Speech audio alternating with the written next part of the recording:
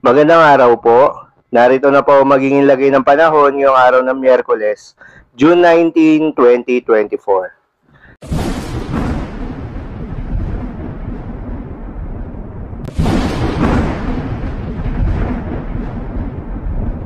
Sa kasalukuyan na tayo sa pag-asa, patuloy pa rin ang pag-iral nitong southwest monsoon o hanging habagat sa may western section ng Southern Luzon at Visayas, pati na rin sa may Mindanao. Kaya naman asahan ng maulap na kalangitan na may kalat-kalat na mga pagulan at pagkidlat, pagkulog. Habang sa nalalabing bahagi ng ating bansa, ay asahan naman yung generally fair weather condition na may mataas na tsansa ng mga localized thunderstorms, lalo na sa hapon at sa gabi. Magandang balita naman dahil ayon sa pag-asa ay walang binabantayan na low pressure area o bagyo sa loob at labas ng ating Philippine Area of Responsibility na maring makaapekto sa ating bansa hanggang sa mga susunod na araw. Dahil nga sa epekto nitong southwest monsoon, asahan ngayong araw ng Miyerkules sa Palawan at Mindanao ang maulap na kalangitan na may kalat-kalat na pagulan at pagkidlat pagkulog.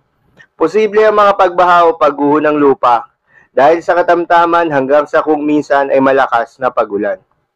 Habang sa Metro Manila, Western Visayas, Zambales, Bataan, Cavite, Laguna, Batangas at natitirang bahagi ng Mimaropa ay asahan naman yung bahagyang maulap hanggang sa maulap na papawirin na may kalat-kalat na mga pagulan o pagkidlat pagkulog. Dulot pa rin yan ng southwest monsoon. Posible ang mga pagbaha o pagguho ng lupa during severe thunderstorms. At sa nalalabing bahagi ng ating bansa, asahan na rin yung bahagyang maulap hanggang sa maulap na papawirin na may kalat-kalat ng pagulan o pagkidlat pagkulog. Dulot naman yan ng mga localized thunderstorms. Posible rin ang mga pagbaha o pagguho ng lupa during severe thunderstorms.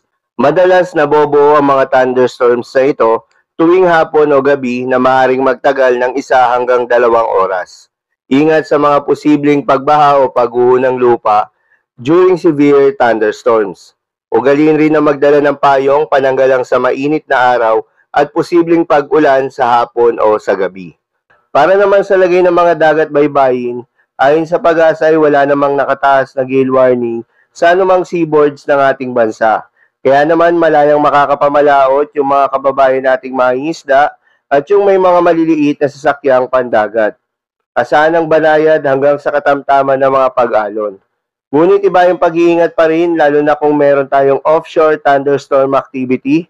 Asahan pa rin yung mga tsansa ng malalakas na hangin at kaakibat nito ang bahagyang pagtaas ng mga alon. So yun lamang po para sa lagay ng panahon ngayong araw ng Miyerkules. Keep safe everyone.